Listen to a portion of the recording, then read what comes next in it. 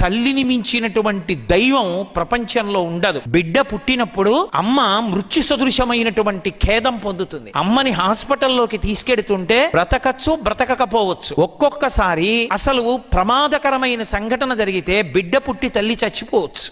ఆమె శరీరంలో ఉన్న నెత్తురెంతో ఓడిపోవచ్చు. ఆమెకి అనేకమైన వ్యాధులు రావచ్చు. హాస్పిటల్లో దగ్గరలో ఉండొచ్చు, ఉండకపోవచ్చు. అయినా సరే ఏ తల్లి అయినా సరే బిడ్డల్ని కనడాన్ని అంగీకరిస్తుంది. కన్న బిడ్డలకి పాలిచ్చి పెంచి పెద్ద చేస్తుంది.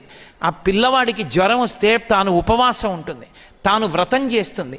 పిల్లవాడు చదువుకుంటుంటే తాను రాత్రి లేచి కాఫీ కాచి ఇస్తుంది. ఆ పిల్లవాడు బ్రతికుండాలని నా ఆయుర్దాయం పోసుకు బతకమని కోరుకుంటుంది. అటువంటి అమ్మ లోకంలో ఏ ప్రతిఫలాన్ని కోరదు. అటువంటి అమ్మకి నమస్కారం, నాన్నగారికి నమస్కారం. మీకు తెలియదు చిన్నపిల్లలు కనుక.